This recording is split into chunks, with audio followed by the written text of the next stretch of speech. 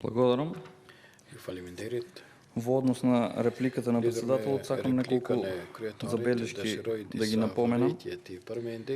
Ке тргнам од она каде што самиот потврди дека доставил циркуларно писмо до сите председатели на судовите, истите да изготват акционен план во однос на решавање на предметите кои се пред застарување или се веќе во фаза на релативна застареност, а можеби и апсолутно.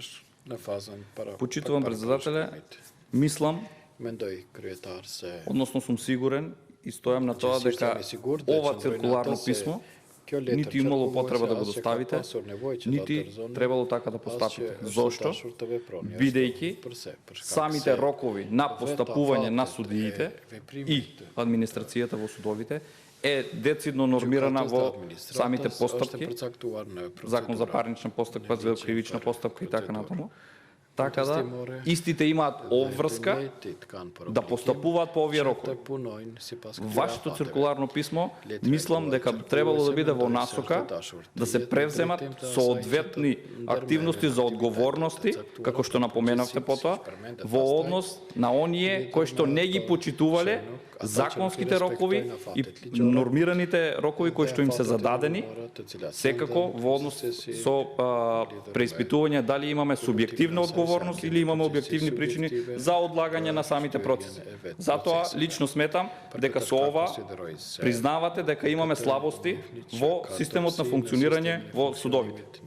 И овде не можеме да се иззема Републичкиот судски совет како орган од самиот систем и сите постапки, односно сите да не кажам цела вина да ја префрлиме на судовите.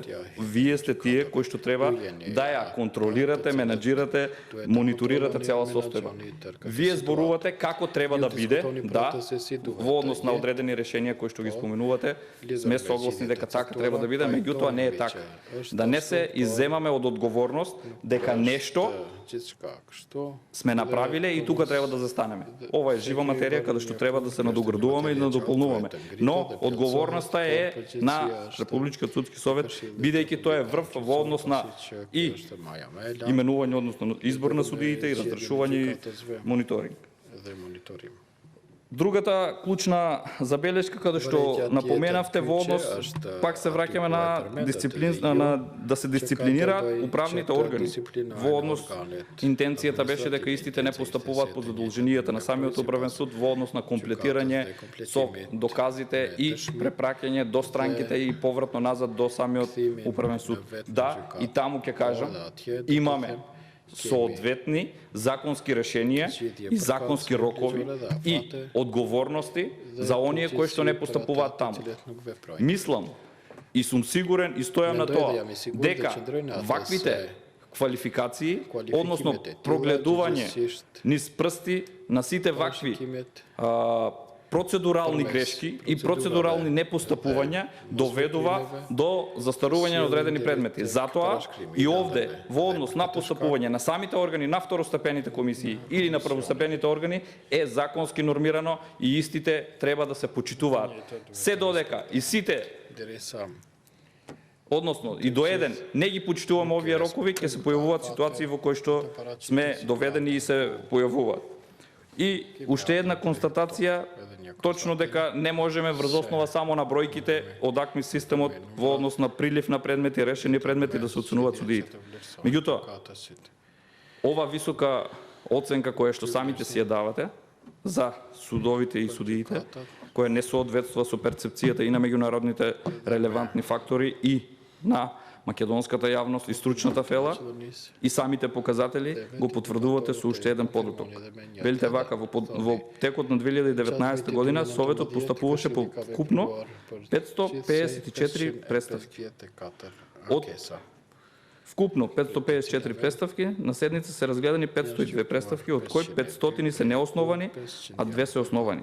Тоа значи дека имаме, според овој податок, пак ефикасен судски систем, ефикасни постапки, брзо решавање, задоволување на правдата и владење на правото. Ако е тоа така, кажете го. Меѓутоа, пак повторувам, ниту е така и затоа најголемите критики ги добиваме токму во овој систем. Ако е така, нема да бидеме критикувани, нема добронамерно да ни се напоменуваат критиките секоја година како треба да постапиме и како да се реформираме во овој дел, посебно во организацијата, постапувањето на самите суди и судовите, бидејќи судиите се лицето на судовите. Потенциравте дека од Меѓународниот суд, односно од судот во Страсбург, имало насока да одредени надлежности се префрлат во однос на судење во разумен рок, да, ворете.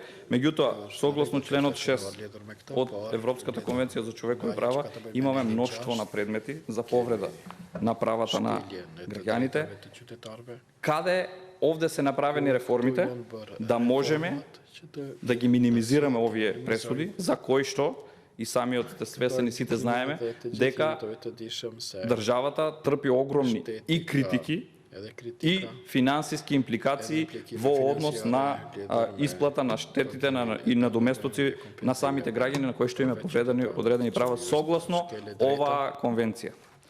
Толку имам да кажам и уште еднош ќе кажам. Не треба да се залажуваме дека системот ни е функционален. Заеднички да пристапиме, бидејќи ова ќе биде од полза на секој еден поединец и секој еден граѓанин кој што ќе има доверба во судскиот систем, ќе има доверба и во сите други органи, односно било кој од другите државни органи да му биде повредено одредено право, ќе има правна заштита и ќе биде сигурен дека судовите ќе ја донесат правилната одлука.